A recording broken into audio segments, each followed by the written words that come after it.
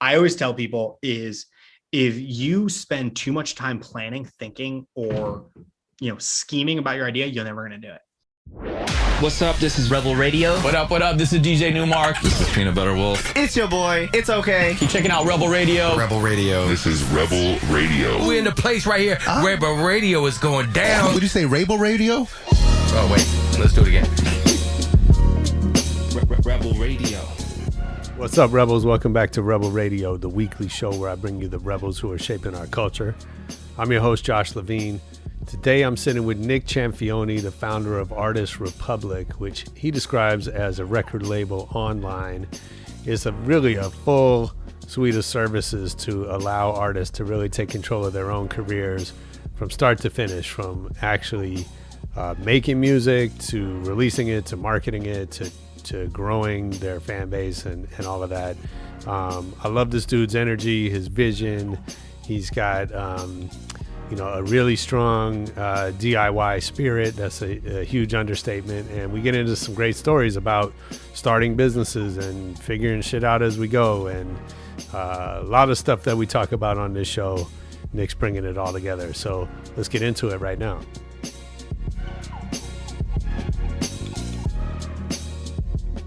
Well, cool, man. Well, I'm just learning about Republik. Seems like you're up to some really good stuff. I'm excited to dig into it with you. Same. So I always like to start kind of at the beginning, especially with music people. So do you remember the first record you ever bought for yourself? Actually, I think the first record, which obviously in my time wouldn't have been a record. Sure. Music. The first CD I think I ever bought was a Linkin Park CD. Oh, no way. Yes. I think that was the first CD I ever bought. I remember the first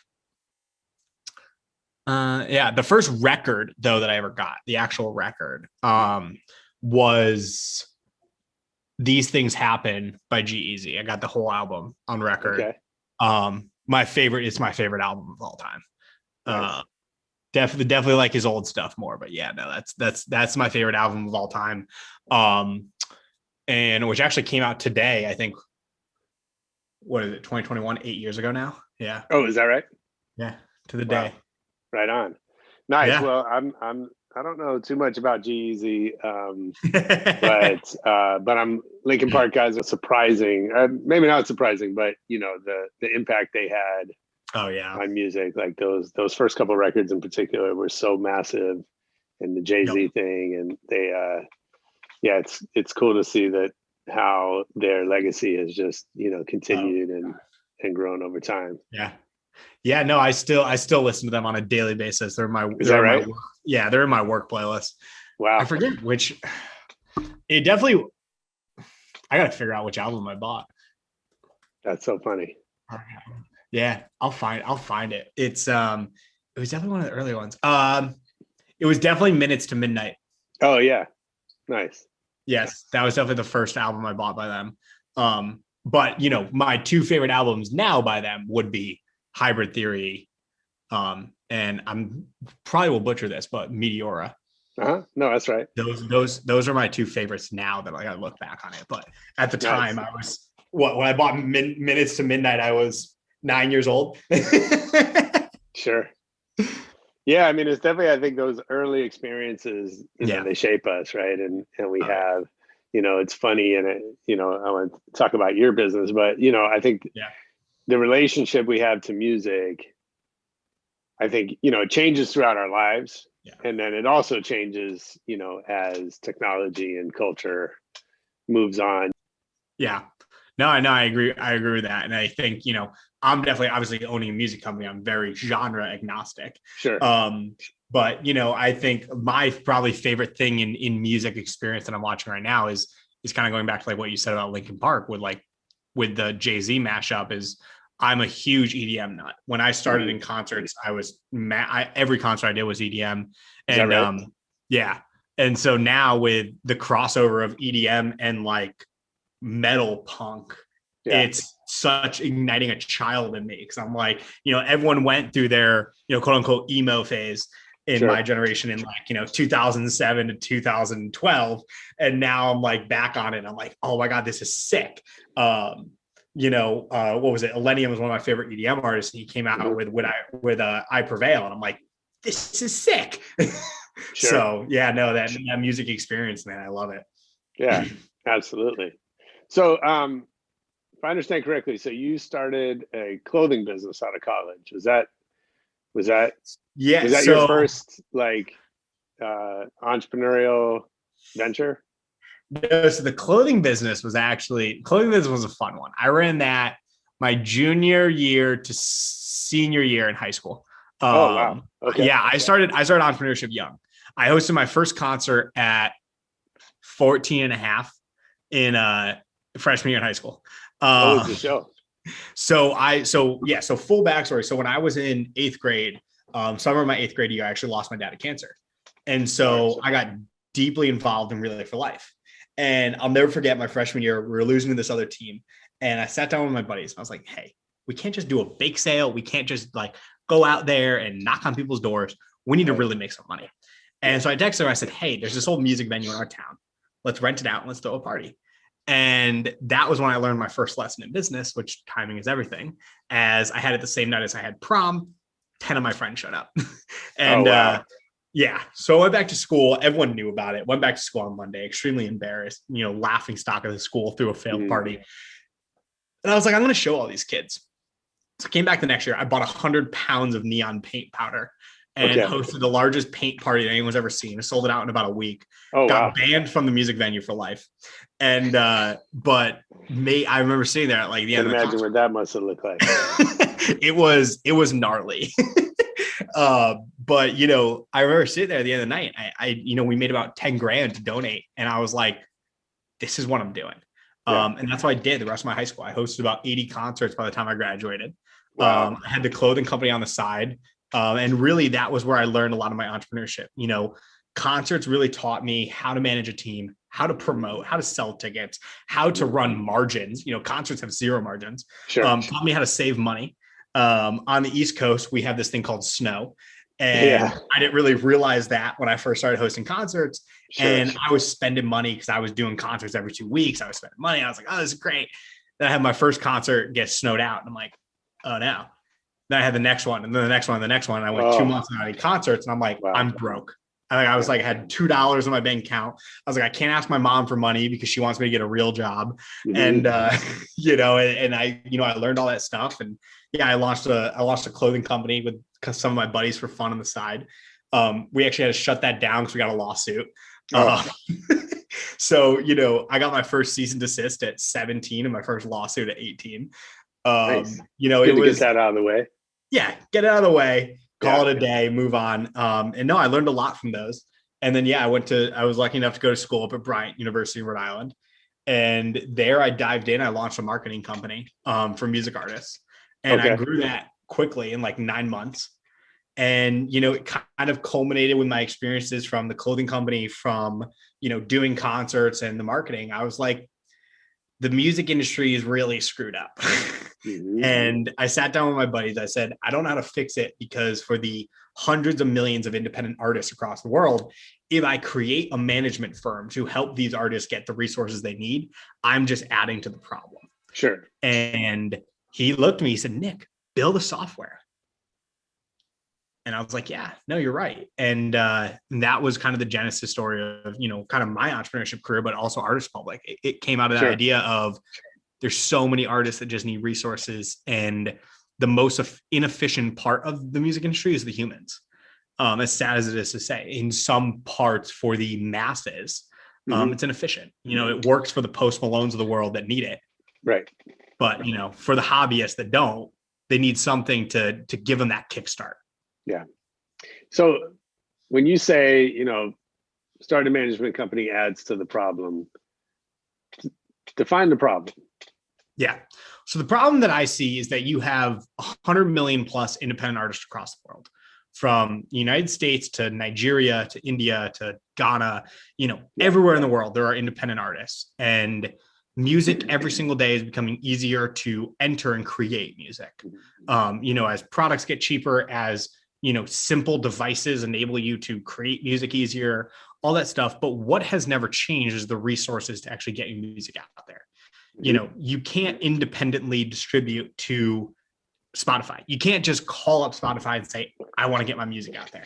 So which means you're going through an independent label, going through a distributor, you're going through a record label. And then it comes back to, okay, who do I choose?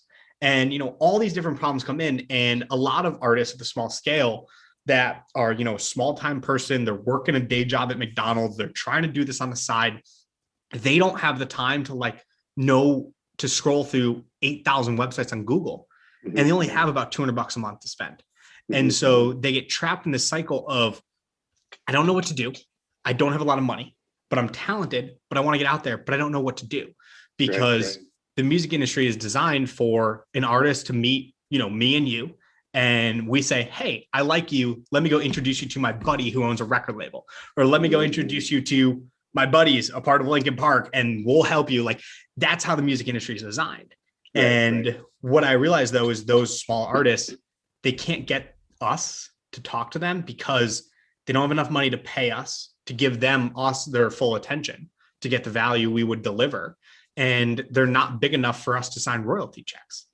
And so how does a small artist get the resources they need in a world where they don't have royalties to bring to the table? They don't have enough money to pay you for your time. What do they do?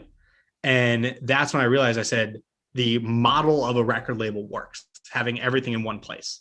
So what if we just brought that to the internet and created a website where an artist could sign up and get every single resource they needed in one location? They could never leave Artist Republic, and they knew, all right, I need to produce my music. What am I going to do? And we say, let's start with the beat store. Do you have a beat? Okay, look through our beat store. You ready to get that done? Okay, mix and master it, blah, blah, blah, blah. You want to get it mastered? We got our mastering engineers. You want to get someone on a feature? We have a collaboration system. And then when your song is done, it's like, you want to distribute it? Okay, we got you. Here you go. And then it's like, when it's out, here's the things we recommend for marketing. And when your song starts, accelerating and stuff like that, we think you're at the point where you can actually host a show. These are the venues in the area that we suggest. All that different stuff all in one place is, fixing that problem in an efficient manner that actually fixes the problem. Yeah, that's great. I love that. And I think, I was on a call this morning with a pretty big manager, and he was saying, the majors, he said, are still not very good at anything except for their top tier artists, right? And they're all sort of trying to pivot. I don't know if it is the right word. I don't think it's a true pivot, but they're trying to offer these label services, this kind of a la carte model. And I think it's interesting that, it's kind of what you're saying, right? That's still all human powered. It's still down to a product manager having the bandwidth to go figure out, what does this particular artist need, which, they, and what labels have traditionally been good at is, we do this one thing over and over. It works X% of the time. And when it works, we just keep throwing money at it. And when it doesn't, we pretend like it never happened. Yeah. I think that this sort of a la carte or personalized services that artists can kind of mix and match, to suit their own needs is really interesting. Exactly. And I was actually had an interesting conversation with someone that was a EVP at one of the major labels, and he left to start an independent backed company. And he was saying to me, he's like, the reason I left is that I realized that a lot of artists are coming to labels solely for a check. Sure. They get that check and then they're like, okay, now I can go run my career. Right. And he's like, when I realized that they can do it on their own with platforms like Artist Republic and stuff like that. The only thing they're missing is the check. And, that's a big key. And I think, that's where we're at in this world of kind of pivoting away from that, where, we've seen it in other areas of the industry with creator empowerment and individual empowerment. How foreign is it? I mean, I guess it's not foreign for my generation, but you can probably, comprehend it a little bit better than I am, but the ability to invest from an app, anybody can trade stocks nowadays. Sure. Anybody can just download Robinhood and sell a stock. Anybody can become famous on TikTok with just good content. This individualism empowerment has been rallying across the entire industry, and it hasn't really hit the music industry yet. And that's where it's just starting to transition on the music industry side of people being like, you know what, I can do it without a label. I can do it. And that's going to be intriguing to really see how that plays out. Yeah, it's interesting you say. I mean, I can relate to that. I also, I come out of, professionally and as a fan, I came out of, I came up in hip hop and dance music, which to some extent have always operated independently, right? Like,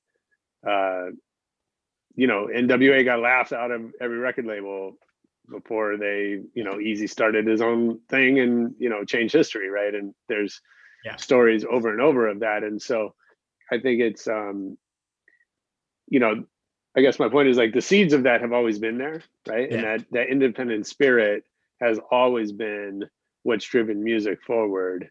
But the tools now, it's so much easier for everybody, right? And not everyone had the drive to like, climb up every hill themselves. Yeah. But I found that as a manager, early in my career, I had a management company and was like, I quickly learned that no matter what business you're in a do-it-yourself business. Yeah. Right. That if you, I initially thought that my job as a manager was to get deals for my artists, and then the rest kind of takes care of itself, right? And you have this big team, and they have these giant buildings and fancy offices, and so of course they're going to do everything else, that they promised you when they were trying to sign you. And it didn't take too long to learn that's not the case. And the day after you get, a deal signed is when the real work starts. So yeah, that's really interesting. What going back, you talked about as a promoter, you really learned to market, to get the word out. What does that look like for Artist Republic? What's driving your growth? What's the number one thing you're doing to attract new users? I mean, in full transparency, I think one of the biggest things we are clearly doing is, paid advertising across, social channels, Google and stuff like that. We are very dominant on Facebook and Instagram, mainly just because I think we have one of the most unique brand voices in the music industry, and it's resonating. Okay. We actually literally launched ads last week that are memes making fun of the music industry, and they're performing insanely well. Yeah. And, stuff like that, that's just a very unique brand voice that we want to identify with the artist and make it feel like, look, we're on the same side. We're tired of the scammers too. There's so many artists. It's actually sad how many artists will comment on posts of music companies marketing and say, even on ours, and be like, yeah, none of these companies work, stuff like that. And, we comment back, we're like, yeah, I know, we're sick of it too. That's why we started it, because I had so many buddies that got screwed over by other companies. That's why I started this, because I'm in the same boat as you. Artists just off the bat are like, I'm going to get scammed. And it's sad. And, that's been something that's in our brand voice on every advertising thing we do, of just like, cut out the middleman. There's no fee. There's no hidden fees. There's no bullshit. There's no contracts. We're straight to the point of, this is what we do. This is what we like. And, this is how we're going to give you value. And so when you talk about getting scammed, like, I think that's, tell me about that, right? My sense is that that's deeper than what most people understand. Meaning, you hear the stories about, someone signed a really predatory label contract, or their business manager, stole all their money and ran out. But that's not what you're talking about. So one thing, they hear those stories and they think it's going to happen to them. Sure. And then two, it's also just bad marketing companies out there. We had in Q1 of 2020, we shut down millions of fake streams on people who distributed to us, going to other marketing companies and using, and not knowing, maybe not even knowing, and going to a company, you Google Spotify streams. Mhm. There's gonna be hundreds of companies that show up. Right. And you pay $20 for 100,000 streams, you buy them, you're like so happy. Guess what? We find out about it, your song's kicked off Spotify. Mhm. And, then they're like, oh my God, like, what did I do? I just got scammed by that growth company. I didn't know it was fake. Right. And that's the scams that's going on in the music industry. There's so many, it's so easy for someone to make a Wix website, buy hundreds of phones, transfer IP addresses, and just run a bot farm. And, so many things that are happening in the music industry, and artists just don't know how to tell. The other thing that's hard too is due to a lack of just general knowledge in the music industry. A lot of people think they're being scammed when they're not. And so, we actually had a problem a week ago where we actually were having, because of, quarterly, we go through all the networks and address botting and stuff like that. And we were addressing it with Apple, and we actually had, in the middle of addressing it, we had a hiccup with Apple. And so about, 5% of our songs for some reason for a week didn't get distributed to Apple, and we got them up. We work with our Apple rep, and artists, were emailing us like, you didn't get my song on Apple. You guys are a scam. And it's like, the DSP world is way more complicated than you think.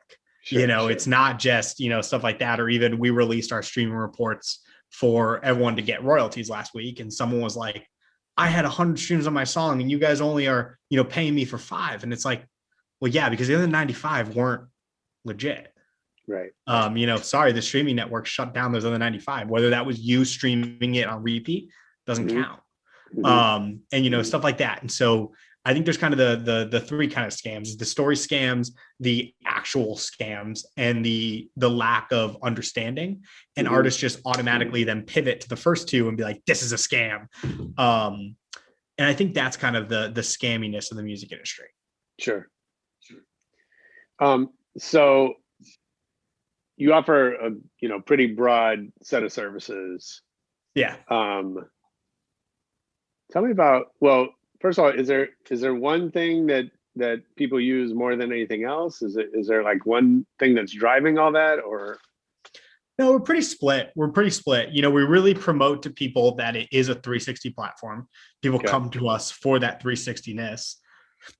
So it is pretty split. Obviously our distribution subscriptions kill it. Unlimited distribution for $10 a year. That's been killing it. Our marketing resources have been. A big one for us recently is we acquired a company about 2 months ago called Featured X, which is a collaboration system. So it's massive in the metal world. There's everyone from, Red Jumpsuit Apparatus on it to Ice Nine Kills to all those people are on it.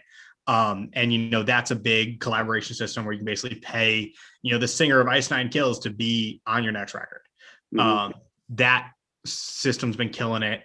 Our beat store has given some people run for their money. We actually released a system on there where we actually have in-house producers, and we actually have 99-cent beats.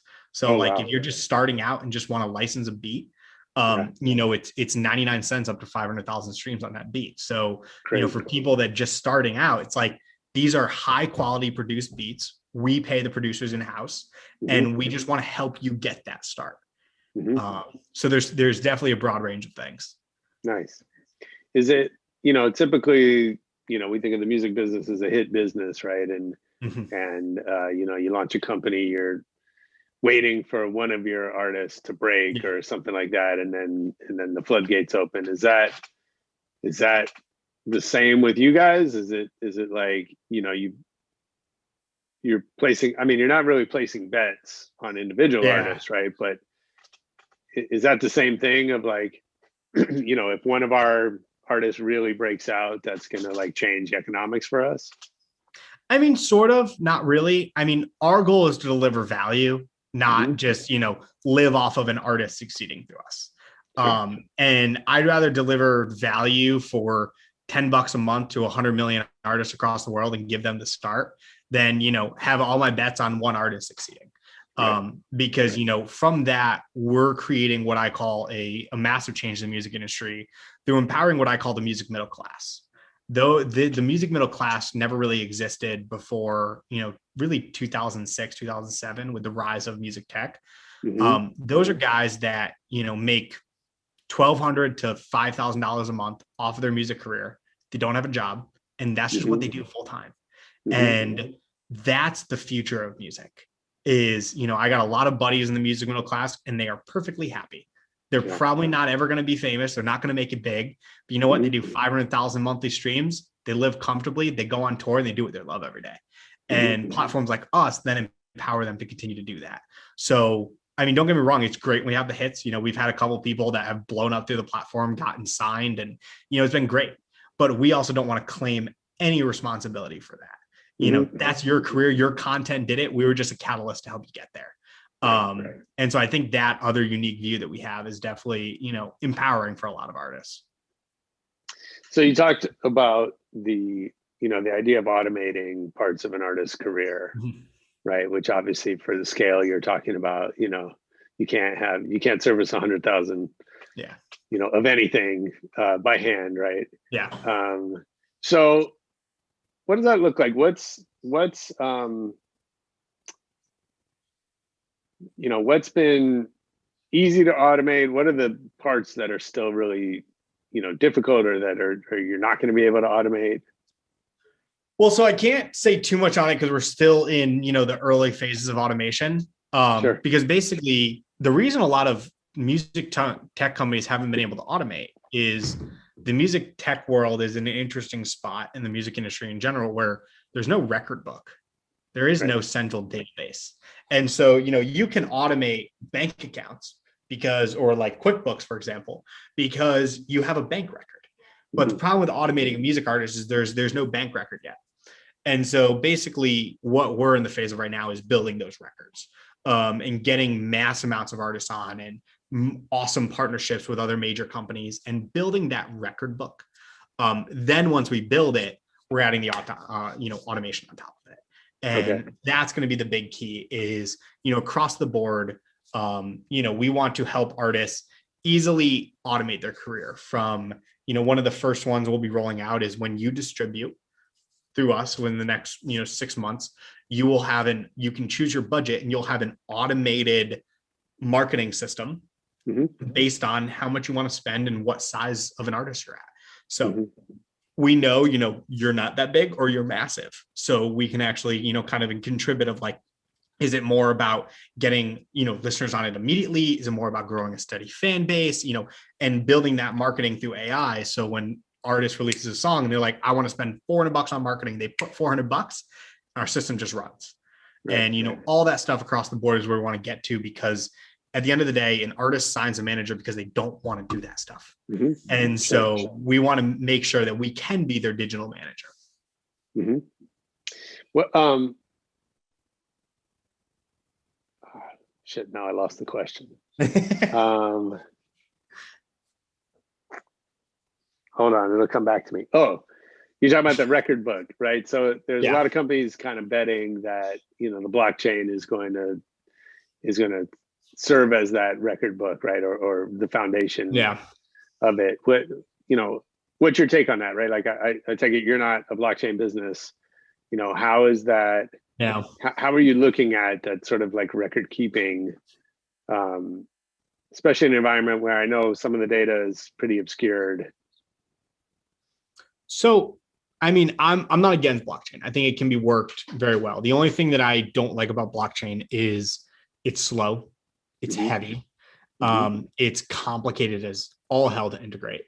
And so with that though, comes the question that I always say to people, which is there is the ability to over innovate, and people forget that. I always say the line of, Tesla created a good car. They created a new car, but they didn't create a new wheel. Right. So at some point we have to say, don't make a new wheel. We don't actually need blockchain to make a better record book. We just need every company to stop having, a spat with each other and just communicate. I had a meeting a couple weeks ago with a company and the CEO was on the call and he asked me, he's like, Nick, this is just point blank. Why are you communicating with us? He's like, we are direct competitors. I was like, I know we are, but you have data that I want and I have data that you want. And if we work together, both the artists and everyone in the music business wins. And we're not making money off of it. it's just, let's build a connection between our companies to pass through data. And for the first time ever, we'll be able to have data records that no other company has ever shared before. And the reason they haven't shared is because everyone's like, no, it's mine. But the artist is losing at the end of the day. And, I was talking about this with my distribution team. They were like, how do I know if someone actually has a copyright license for a song? I was like, you don't. Genuinely don't. Sure. Me and you could release a song and I could agree to remix it. We could sign a napkin and that's our agreement. And, no one's going to know that. And so, if we just made a central record book where we could share license agreements, wow, that would be massive. We don't need blockchain for that. We just need to build a database. Simple things like that can be simple fixes. And I think, our goal in the long term is to definitely be that company, like bring people together and say like, stop, please, because the artists are the ones losing. Right. Yeah, no, I think that's great. And I think it's, that is so, I've been involved in the music business for 30 years, and that is so like counter to the way that, traditionally the industry thinks. I was with, probably 10 years ago. So before before the industry had turned around, when they were really in the thick of like just losing millions of dollars every year. I was with one of the chairmen of the major labels, and I asked him, do you see the other labels, are they really competitors? And he was like, not really. Sometimes we're going after the same deal, but we're not really competitors in the true sense, right? It's not like you either bought a Ford or a Chevy and you're not buying another car for 4 years, right? And I was like, oh, that's cool. So are you guys working together to kind of solve this industry problem? Do you ever go sit down with, your counterparts at the other? And he was like, no. And I was like, well, I don't get it, right? Like you should either be fighting each other, or you should be working together, or some combination of the two. But it's just, culturally, it's just not how those people think. And I think it's going to take people with a bit of fresh perspective to change some of that. And that's why we actually started in, like, a perfect example is our distribution side. I went to every major independent distributor. I pitched them the company and I said, I want you to be our distribution partner. Every single one turned me down. I said, really? All right, cool.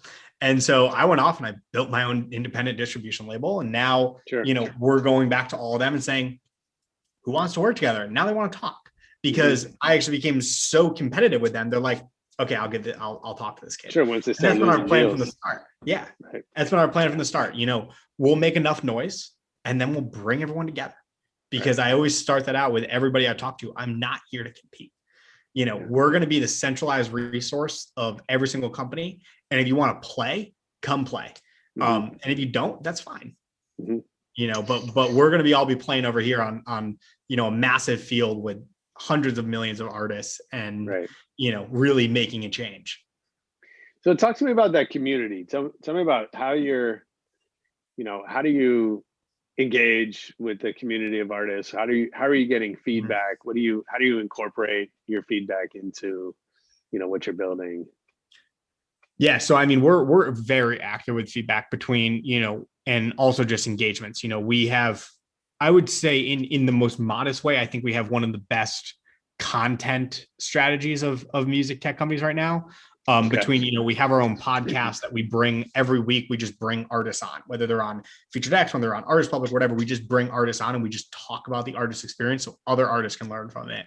We have tutorial series across the entire board of just finding out where artists are having pain points, launching tutorial series that are actually done by other artists. So like, it's cool to have other artists teaching other artists how to use us.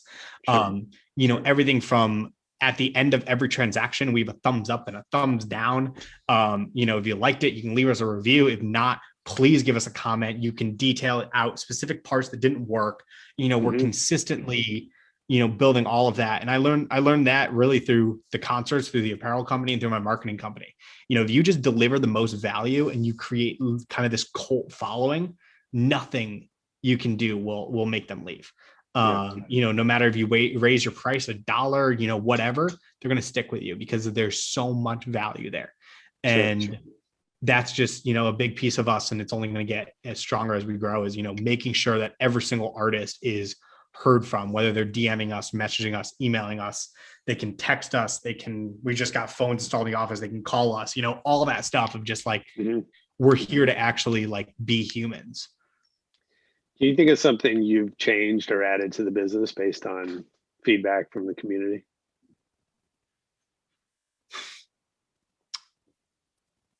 One big thing, it's gone through so many changes. We've added tools for it. We've moved tools. We combined systems. One of the big ones was when we launched distribution, it was a la carte. So it was, pay $5, $7 or $11, $5 for a single, $7 for an EP and $11 for an album. And then we were like, we were trying to really figure out, with everything going on with DistroKid, we were like, how do we build a subscription in? And, we did a survey and we surveyed about 3,000 people on the platform, and 60% were like, we want subscription. And so I just sat down. One of my buddies I graduated with was an actuarialist. So I called him. I was like, hey, I need you to come to the office. I need someone that actually knows statistics over here and math. Nice. And we, figured out a price that worked, and we're like, let's do it. So we started running that and, really growing it from there. But that was a big change. We do those, surveys every month. We figure out, little bugs with little things like even just moving buttons, millimeters to the right, changing where something clicks, where it doesn't click, how something loads. We found out the other day that when people were looking through our network of playlists, when they clicked a playlist, it opened up Spotify in the same web tab. So then when they went back to ours, but they lost their order. And so we're like, come on. And so, all those things we go through on a daily basis of just ripping through. And, so much credit to my business success managers. They're that team of just, this is all they do all day. They just eat, sleep, breathe, perfecting the platform. Yeah. So thinking about your team and you mentioned, being a promoter taught you to manage people. So what have you learned? So give me some secrets to managing people and what are you still learning? What's the hard part of that right now? I can start with the hardest part. The hardest part for me right now that I always battle with, I think on a daily basis, is perception. When employees come into your office, they work there 9 to 5. And so they see you as a boss there 9 to 5. What they don't see is, last night, me waking up out of a dream about a pitch deck and redesigning my pitch deck at 2 a.m. What they don't see is, coming in the office at 6 a.m. They just know when they got there at 9, you were there. Sure. And so the perception of when they're there from 9 to 5, if, you're not 100% doing work, they may not think you're doing work and they may copy you. So that's one big thing is perception. But now in the leadership style, I'm a very laid back leader when it comes to, things. I always believe as long as you're getting your work done and you're getting it to your best ability, I don't really care how you do it, when you do it. Well, as long as it's hidden by the deadline, but how you do it and in what, fashion you do it. We don't have set PTO. We don't have, I want you in the office at least 80 to 90% of your time. But if you want to go work from LA for a week, have fun. Be my guest. As long as the things that you had to get done this week still get done.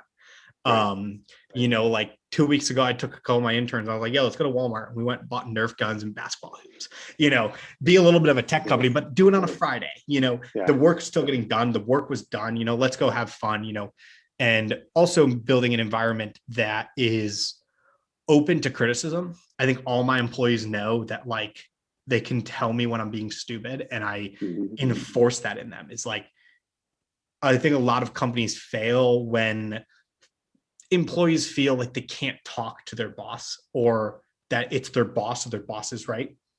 Half of my employees here are older than me. Like, guys, I could be wrong. I'm 22 years old. I'm still learning. So let's be completely honest here. If I'm being stupid, tell me. And then we'll, work on it together or fix it. And so there's definitely a lot that I've learned and am still learning. But, I think the overall thing is just respect and a positive environment and, leading by example, not by telling. And, even like we started the conversation, my employees needed, an undistracted area. So I moved my office to a conference room and gave them my office, have your area. That's fine with me. My experience with, I think what you said, that, getting people to tell you that you're doing something stupid is it's a really tough challenge. And, it's so deeply ingrained in our just, cultural, business ideals about hierarchy and all that. Right. And, I find like you have to say that over and over and over and in so many ways. And you have to be, you have to like demonstrate that you really want that. Yeah. That's a big one for sure. Yeah. No, I'm with you on that one. So it sounds like you started a bunch of businesses kind of just by jumping in. Yes. Why is that a good idea? And what's the, if you were speaking to your at your alma mater to a bunch of college kids, like, is that what you would tell them to do? Like, don't study it, don't go work somewhere else, just do it. So I actually have a quote on my desk, and the quote says, "Entrepreneur is someone who jumps off a cliff and builds the plane on the way down." Okay. And it's the most accurate thing ever. I always tell people is if you spend too much time planning, thinking, or scheming about your idea, you're never going to do it. Mm-hmm. Because Artist Republic started out when I was running my marketing company. It started out as I wanted a data tracking link for my clients to put in their bios. And I hired a developer. We had this cool idea. We got halfway through the idea and we're like, oh, we should add a portal for the artist to log into. Then we got through that part. And then we realized that the data we were trying to collect from Instagram couldn't be collected. Mm-hmm. So we scrapped the first half. We're like, all right, this portal, what are we going to do with this portal? And then that's when all my ideas came together. And I was like, boom, Artist Republic.